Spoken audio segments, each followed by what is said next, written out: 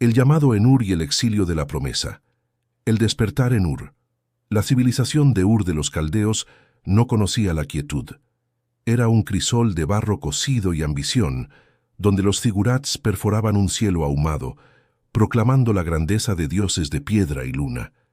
La vida de Abram en esta ciudad era una paradoja, materialmente próspera pero espiritualmente estéril, rodeado de ídolos y rituales que prometían seguridad a cambio de obediencia ciega.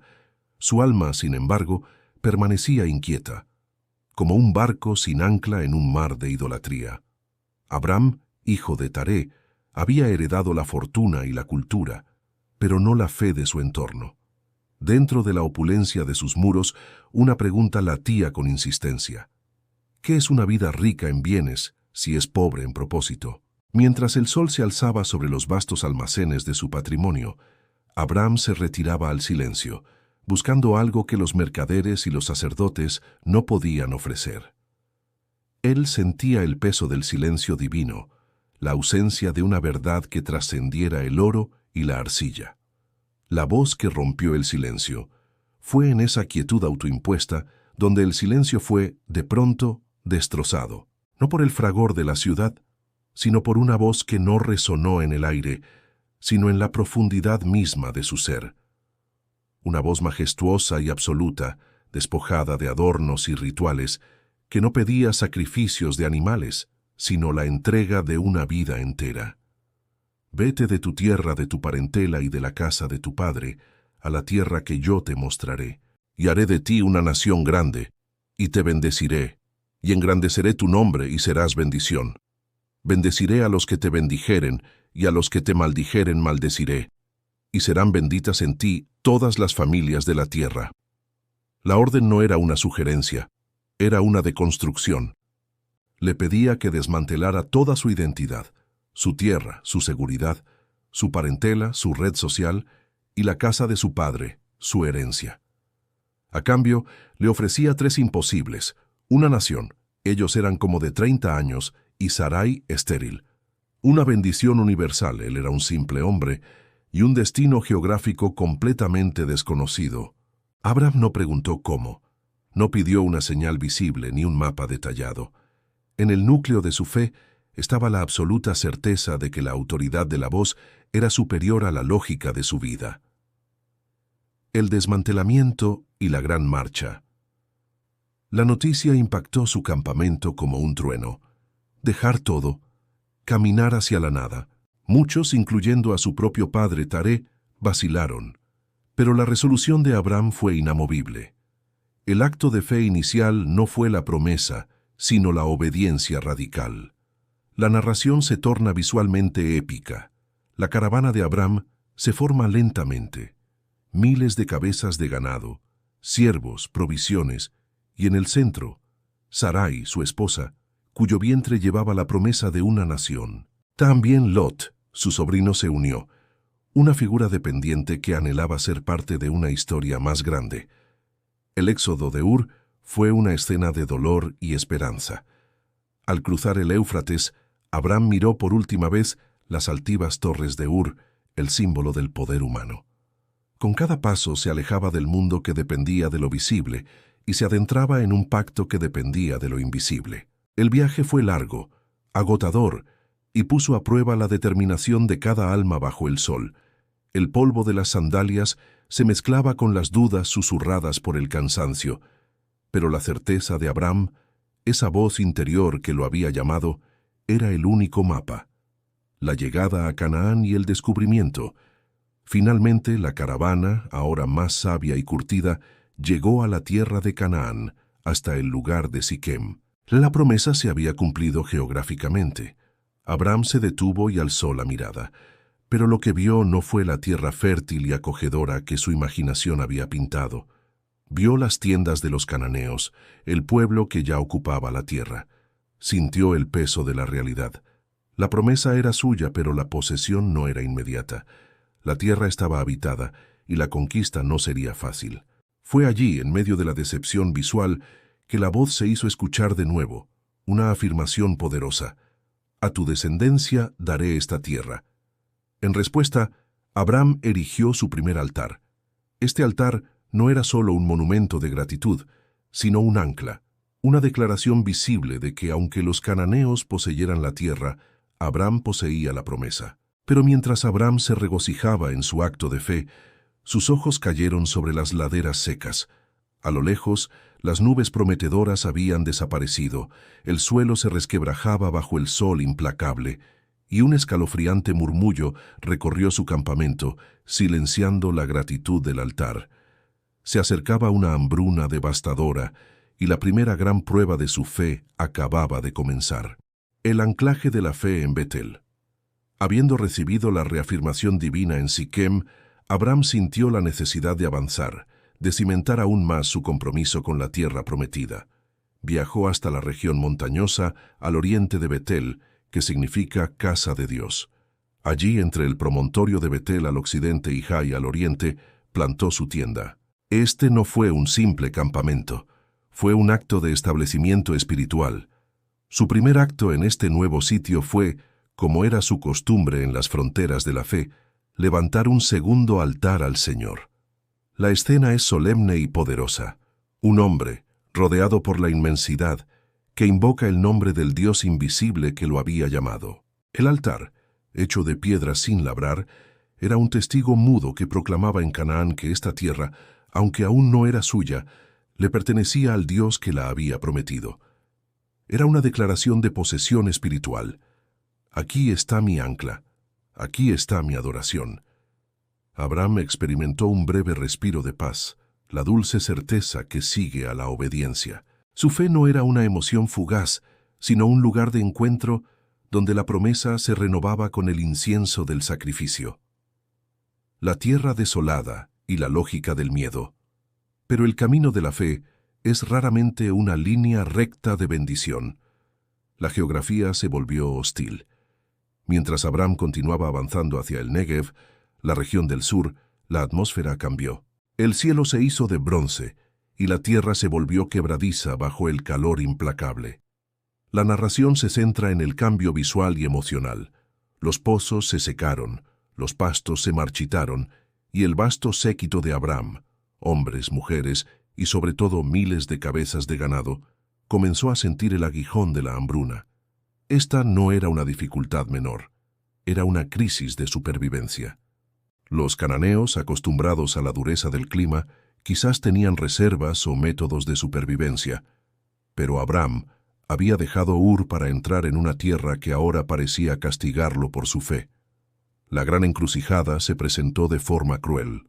Opción de fe: permanecer en Canaán, la tierra de la promesa, y esperar que el Dios que había llamado proveyera de forma milagrosa en la sequía. Opción humana: buscar refugio en el lugar de la abundancia, en la civilización del hombre, Egipto, el granero del mundo, regado por el Nilo. La decisión sin altar. Abraham, el hombre que había desafiado a los dioses de Ur y había confiado en una voz, sintió como el miedo comenzaba a corroer su certeza. El recuerdo de los fértiles campos del delta del Nilo, llenos de vida y prosperidad, se impuso a la árida realidad de Betel. Su mente pragmática le dijo: ¿de qué sirve la promesa si la vida se pierde por el hambre? Por primera vez desde que salió de Ur, Abraham tomó una decisión crucial sin consultar a Dios en el altar. Su lógica humana suplantó su dependencia espiritual. Descendería a Egipto, ese lugar de seducción y peligro, el símbolo del ingenio humano autosuficiente. La decisión fue un acto de duda naciente, un compromiso temporal con el mundo que había dejado atrás. Lo que comenzó como un acto de supervivencia, pronto se convertiría en una prueba de carácter y un riesgo existencial para la promesa. La caravana, cargada ahora no solo de provisiones, sino de la tensión entre la obediencia y el pragmatismo, comenzó su peligroso descenso hacia el sur. El mensaje reflexivo es claro. La fe es fácil de mantener cuando la promesa es fresca y el camino está claro. La verdadera prueba es cuando la necesidad humana aprieta y la provisión divina parece demorar. La caravana se acercó a la frontera del gran imperio, Gancho. Al contemplar las fortificaciones y la riqueza de la tierra del Nilo, Abraham se dio cuenta de algo terrible. La belleza deslumbrante de Sarai, que en su tierra era su orgullo en esta tierra pagana y poderosa, la decisión de Egipto y la pérdida de enfoque. El contraste de las fronteras. El descenso a Egipto fue como pasar de la claridad desértica de la fe a la penumbra dorada de la seducción. La narración se detiene para pintar el contraste. Canaán, con su austeridad de piedras y sacrificios, olía a polvo sagrado. Egipto, en cambio, olía a incienso exótico, a perfume caro y a la humedad fértil del Nilo. Las fronteras egipcias no estaban custodiadas por ejércitos, sino por la opulencia. La cultura egipcia, con sus templos colosales y su culto a la muerte y la fertilidad, era el pináculo de la civilización humana sin Dios. Para Abraham, ingresar allí era un paso hacia atrás, un retorno simbólico a la sofisticación de Ur, un lugar donde el ingenio del hombre reemplazaba la dependencia del Creador. El diálogo de la desconfianza. Justo antes de cruzar el umbral del imperio, la tensión silenciosa se rompió en un diálogo íntimo y doloroso entre Abraham y Sarai. Abraham, el patriarca que había enfrentado el mandato de Dios con valentía, se vio paralizado por el miedo más básico, el miedo a la muerte. Observó la belleza radiante de Sarai, una belleza atemporal que, en Ur, había sido simplemente un don. Aquí, en la tierra de los hombres de poder, era una amenaza letal. Se acercó a Sarai con una voz que denotaba desesperación, una mezcla de afecto y autopreservación. «Mira, Sarai, sé que eres una mujer de hermoso parecer. Cuando te vean los egipcios dirán, esta es su mujer y me matarán a mí, pero a ti te dejarán con vida. Di, por favor, que eres mi hermana, para que me vaya bien por causa tuya y viva yo por causa de ti». El plan de Abraham era un tejido de verdad a medias y mentira mortal. Sarai era, de hecho, su media hermana, hija de su padre, lo que lo hacía una mentira técnicamente plausible, pero moralmente devastadora. Este fue el primer gran desliz de fe de Abraham desde el llamado. La fe que había prometido proveer en Canaán fue sustituida por el engaño humano para asegurar la supervivencia en Egipto. La belleza de Sarai, la mujer que portaba en su vientre el destino de la promesa universal, se convirtió en el cebo de su propia caída. El corazón dividido. La decisión de Abraham revela una peligrosa verdad sobre la fe en tiempos de crisis. Cuando el miedo domina, la visión se pierde. Abraham, el hombre del pacto, dejó de ver a Dios como su protector y comenzó a verse a sí mismo como el único arquitecto de su supervivencia. El tono de esta parte es de pragmatismo corruptor. La acción es lógicamente defensable en un mundo hostil, pero espiritualmente indefendible para un hombre que ha sido llamado a vivir por una verdad más alta. El plan de Abraham priorizó su propia vida física, el temor, sobre la santidad de su esposa y, por extensión, sobre la seguridad de la promesa divina. La enseñanza reflexiva es profunda. El miedo es el enemigo más sutil de la fe. Nos tienta a buscar atajos y soluciones humanas que comprometen la integridad, creyendo que podemos manipular las circunstancias mejor que Dios. La desesperación llevó a Abraham a negociar la verdad, y el camino a Egipto se convirtió en el camino de la desconfianza, en la protección divina. La mirada del faraón. Con el pacto de la mentira sellado, la gran caravana de Ur, que había marchado por fe, entró en Egipto bajo la bandera del engaño, y el plan, diseñado por el miedo de Abraham, comenzó a desplegarse con precisión. Apenas cruzaron, la noticia de la belleza de Sarai no tardó en llegar a los oídos de los hombres de poder. Los oficiales del faraón, atraídos por su resplandor, la vieron y la elogiaron ante el mismo monarca de Egipto.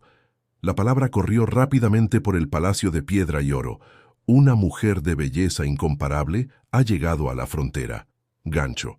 El poderoso faraón, el hombre que creía ser un dios viviente, movido por la codicia y el deseo, ordenó que Sarai fuera llevada a su casa. La promesa de Dios, el linaje mesiánico, estaba ahora en manos del poder más pagano de la tierra, todo debido a la mentira de Abraham. Sarai en el palacio, la fe comprometiendo la promesa.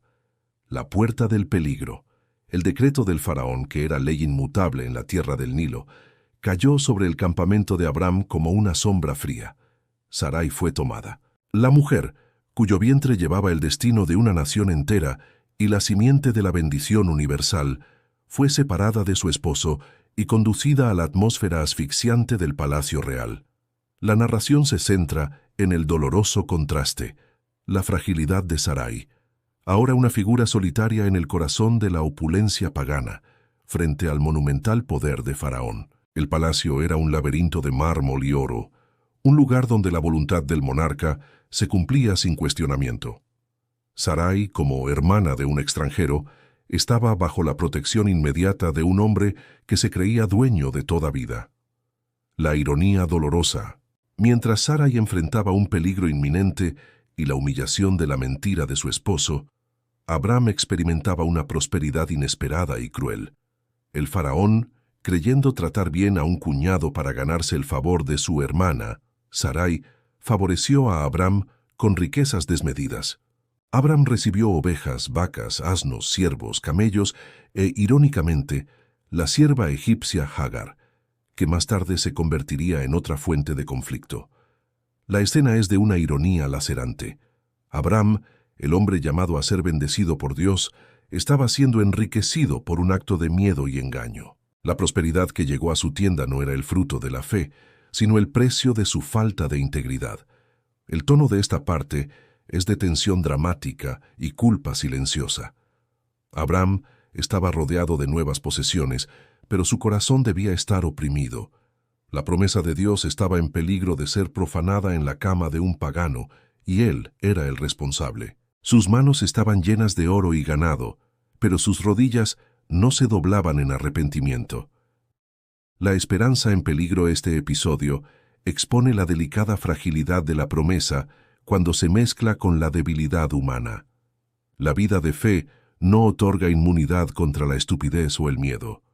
La decisión de Abram puso a Sarai en la línea de fuego y comprometió el plan de salvación. Si la simiente prometida no podía venir de Sarai y Abram, toda la promesa universal de bendición se desmoronaba. La enseñanza reflexiva es poderosa. Las bendiciones materiales obtenidas a través de la desobediencia o el engaño son siempre una maldición disfrazada.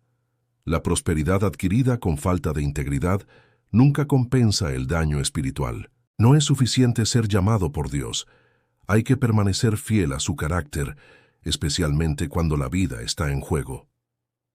La intervención invisible. El mundo de Abram y Faraón continuó su curso, pero en las esferas invisibles el cielo había tomado nota. El Dios que había llamado a Abram y que era fiel a su propia promesa, no permitiría que el error de su siervo arruinara su plan. Mientras Abram y su séquito se instalaban con sus nuevas riquezas, un mal inexplicable comenzó a cernirse sobre el opulento palacio del faraón. Plagas y grandes aflicciones cayeron sobre el monarca y su casa. La mano de Dios, invisible pero ineludible, comenzó a moverse para proteger a la portadora de su promesa. Gancho. Las plagas eran un lenguaje que el faraón, acostumbrado a los dioses locales, no podía ignorar.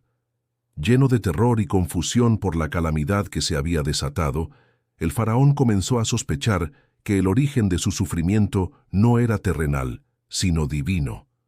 El poderoso rey pagano estaba a punto de descubrir que la hermana que había tomado era en realidad propiedad del Dios que acababa de castigar a Egipto. La intervención divina y la exposición del engaño. La ira inexplicable del cielo.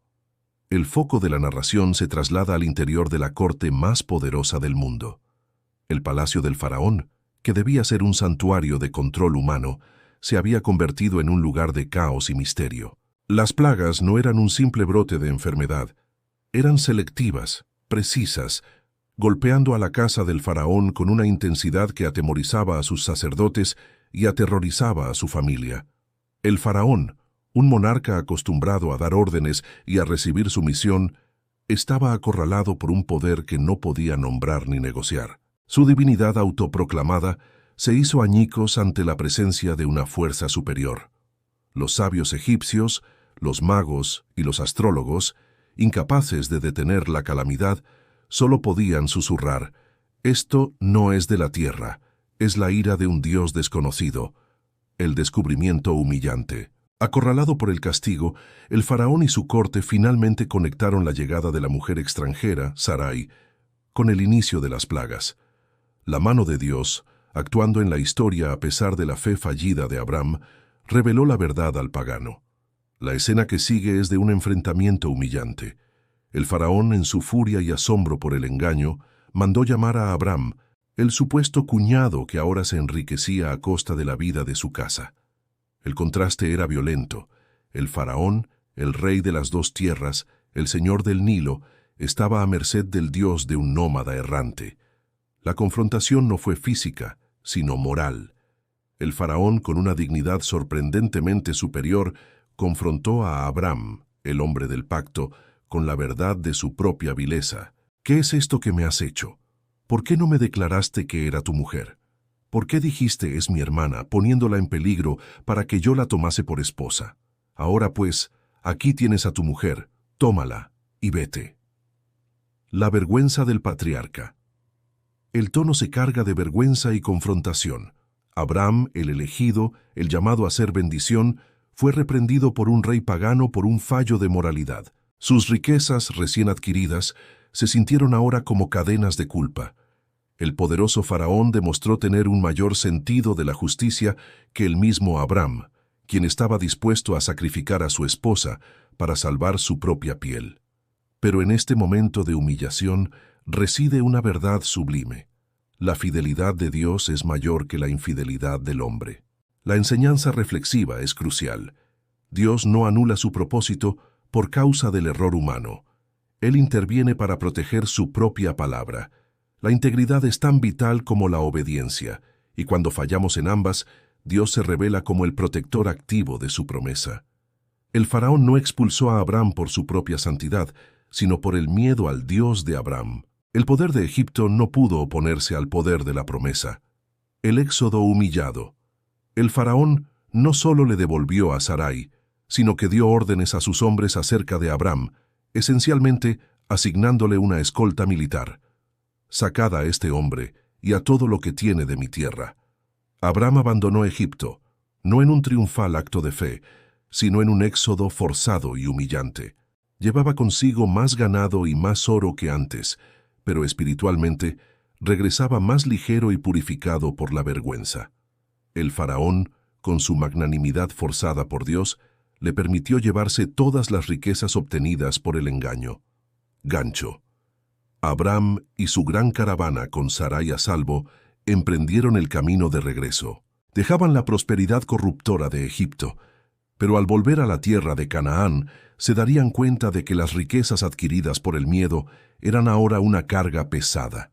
El hombre de fe regresaba rico en bienes, pero sus nuevos esclavos y su inmenso ganado estaban a punto de desatar un conflicto silencioso y destructivo dentro de su propia casa. El regreso al altar y la restauración de la visión. El viaje de la carga. La partida de Egipto no fue una celebración, sino una marcha de humildad. Abraham, Sarai y su inmenso séquito salieron del delta del Nilo. La ruta de regreso, que antes había sido marcada por la desesperación, ahora estaba teñida por el arrepentimiento y la vergüenza. La narración visualiza la pesadez de las riquezas. Los rebaños se habían multiplicado. Los siervos eran numerosos, incluida Hagar, y el oro y la plata de Egipto, aunque abundantes, se sentían más como una carga contaminada que como una bendición legítima. Eran un recordatorio constante del momento en que Abraham había elegido la astucia humana sobre la protección divina. El contraste era evidente. Abraham era materialmente más rico que nunca, pero espiritualmente estaba en bancarrota moral. Había aprendido una lección vital. La prosperidad obtenida a través de la mentira solo sirve para magnificar la culpa. El retorno a Betel, el lugar de la memoria. Abraham no se dirigió a un nuevo lugar. Buscó el único ancla espiritual que aún tenía en la tierra prometida.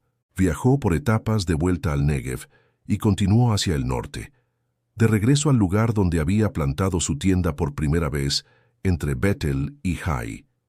La escena es de gran significado simbólico. La caravana se detuvo en el mismo sitio donde el patriarca había edificado su segundo altar antes de que el hambre y el miedo lo hicieran descender a Egipto. Era el lugar de la última obediencia, ahora el lugar de la restauración. El regreso al altar no era solo una acción geográfica, era un acto de arrepentimiento profundo. Abram no podía anular su error en Egipto, pero podía reorientar su espíritu hacia la fuente de la promesa, la purificación de la fe. El clímax de esta parte es el acto de la adoración restaurada. Abram no hizo un nuevo pacto, sino que renovó el anterior. Se puso de pie ante las piedras que él mismo había colocado y volvió a invocar el nombre del Señor. Este momento está cargado de humildad, liberación y esperanza. La acción de Abram fue una declaración. He vuelto. Dejo atrás el palacio de Faraón y el miedo que me hizo mentir. Regreso al lugar donde la promesa es la única seguridad. La enseñanza reflexiva es un faro de esperanza. El camino de la fe es un camino de continuo arrepentimiento y retorno. No importa cuán lejos hayamos descendido espiritualmente, nuestro Egipto, la gracia de Dios nos permite regresar al lugar donde invocamos su nombre. La restauración comienza al reconocer el error y volver a priorizar la adoración por encima de la supervivencia material. El altar purifica la visión. La cepa de la riqueza. Abram había recuperado la paz con Dios, pero la bendición de su obediencia inicial, sus bienes y las riquezas obtenidas en su caída, los regalos de Faraón, se fusionaron en un nuevo desafío. La purificación espiritual de Abram contrastaba con la realidad material de su séquito. Su riqueza era tan vasta que el ganado y las tiendas de Abram y Lot, su sobrino, eran inmanejables para la tierra que debían compartir. La tierra prometida, que había prometido bendecirlos, ahora parecía demasiado pequeña para contener su ambición y sus posesiones. La paz que Abram había encontrado ante el altar pronto fue amenazada por el fragor de la contienda. Los pastores de Abram y los pastores de Lot, enfrentados por la escasez de pastos, comenzaron a disputar ferozmente, obligando al patriarca a tomar una nueva e inmediata decisión que pondría a prueba la generosidad de su fe. El conflicto de las riquezas y la generosidad de la fe, la semilla de la discordia. El conflicto surgió de donde menos se esperaba. La bendición material se convirtió en una cepa de discordia.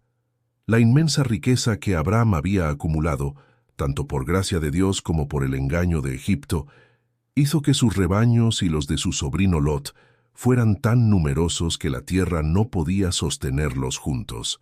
La narrativa describe la fricción diaria.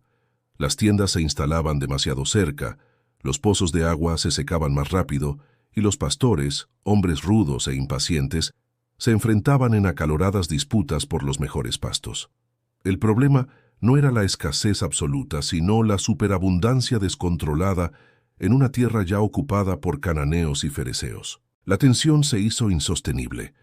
Abram había logrado escapar de la prueba de Egipto, pero ahora enfrentaba la prueba del éxito y la codicia dentro de su propia familia. El liderazgo de la generosidad. Abram, recién salido de su restauración espiritual en el altar de Betel, sabía que la contienda no podía continuar. La paz del pacto era más valiosa que cualquier posesión. Él era el anciano, el líder, el portador de la promesa, y debía actuar no con la lógica del regateo, sino con la grandeza de la fe. Se acercó a Lot, su sobrino, con una voz calmada, pero firme, reflejo de su corazón purificado. No haya, por favor, contienda entre tú y yo, ni entre mis pastores y tus pastores, porque somos hermanos. ¿No está toda la tierra delante de ti? Te ruego que te separes de mí. Si vas a la izquierda, yo iré a la derecha, y si tú vas a la derecha, yo iré a la izquierda. Este acto fue una generosidad radical. Abram, como el llamado de Dios y el de mayor edad, tenía el derecho de elegir primero la mejor porción de la tierra. Al ceder ese derecho a Lot, Abram demostró que su confianza no estaba puesta en la fertilidad de la tierra, sino en la fidelidad de la promesa. Él sabía que el Dios que lo había llamado podría bendecir cualquier tierra para él. El tono es de discernimiento y desinterés. Es un momento de liderazgo espiritual donde la paz y la unidad familiar se elevan por encima de la ganancia material. Abram Elige la bendición relacional sobre la bendición territorial. La elección de la vista versus la elección de la fe. Lot, a diferencia de Abram, operaba con la lógica de la vista, la misma que los había llevado a Egipto. Levantó sus ojos y vio. La narración describe la llanura del Jordán, un oasis vasto y seductor, bien regada por todas partes, como el huerto del Señor, como la tierra de Egipto. El corazón de Lot, atraído por la familiaridad de la opulencia egipcia, se inclinó de inmediato por esta riqueza superficial. Eligió la prosperidad visible y tangible, el pasto verde garantizado por los ríos. Su elección fue un espejo de su corazón. Buscó la seguridad del mundo antes que la certeza de la promesa. Lo que Lot no vio, o eligió ignorar, fue el peligro moral de ese territorio. Las ciudades que dominaban aquella llanura eran Sodoma y Gomorra, lugares cuyo pecado y maldad eran notorios ante el Señor. Lot escogió la cercanía al pecado para asegurar la comodidad material. La enseñanza reflexiva es crucial. El liderazgo de la fe se demuestra al ceder, confiando en que Dios te devolverá más. La elección humana se deja seducir por lo que parece abundante y fácil, olvidando los peligros morales que vienen adjuntos. Lot eligió el paraíso terrenal. Abram, la tierra árida de la obediencia. Gancho. Lot se separó, avanzando hacia el oriente, y plantó su tienda cerca de Sodoma. Abram se quedó en Canaán. Apenas se completó la dolorosa separación, y cuando el polvo de la partida de Lot se asentó, Dios irrumpió en el silencio para hablarle a Abram de nuevo, esta vez con una visión y una promesa geográfica de inmensidad épica. La separación de Lot y la renovación del pacto. El silencio tras el adiós. El aire sobre Canaán se sintió más pesado tras la partida de Lot. La separación no fue solo geográfica, sino emocional. Abram vio cómo su sobrino, el único lazo familiar que lo había seguido desde Ur, se dirigía hacia el oriente, seducido por el brillo superficial de una tierra que imitaba a Egipto. Lot se instaló cerca de Sodoma, una ciudad cuya fama de depravación ya era un susurro en la tierra. Abram se quedó solo con su promesa, sus siervos, sus rebaños y el recuerdo de su reciente fracaso. La generosidad de su fe había resultado en una pérdida terrenal. Lot se llevó la parte más fértil y visiblemente rica. El patriarca estaba de nuevo en el corazón árido de Canaán, pero esta vez con un corazón más puro y menos inclinado al pragmatismo mundano. La intervención del soberano fue en ese momento de soledad y aparente pérdida, después de que Lot se hubo separado de él, que el Señor intervino. La voz que había llamado a Abram en Ur y que lo había reprendido con plagas en Egipto, ahora regresaba con una autoridad y una ternura inigualables. Dios esperó a que Abram liberara a Lot y sus ambiciones egoístas. La pérdida de lo terrenal y la renuncia al derecho propio habían preparado el corazón de Abram para recibir una bendición que trascendía los pastos del Jordán. Alza ahora tus ojos y mira desde el lugar donde estás, hacia el norte y el sur, y al oriente y al occidente, porque toda la tierra que ves, a ti te la daré, y a tu descendencia para siempre. La promesa expandida, de la posesión a la herencia. El mensaje de Dios fue un eco glorioso del llamado inicial, pero con una expansión épica. La promesa no solo se reafirmó, sino que se magnificó. Visión ilimitada. Abram fue invitado a mirar en todas direcciones. Donde la visión de Lot había sido limitada al valle del Jordán, el lugar fácil, la visión de Abram ahora abarcaba todo el horizonte de Canaán. Posesión total. Dios no le prometió solo una tierra, sino toda la tierra que ve. Descendencia incontable. Dios comparó su descendencia no con un número, sino con el polvo de la tierra, imposible de contar.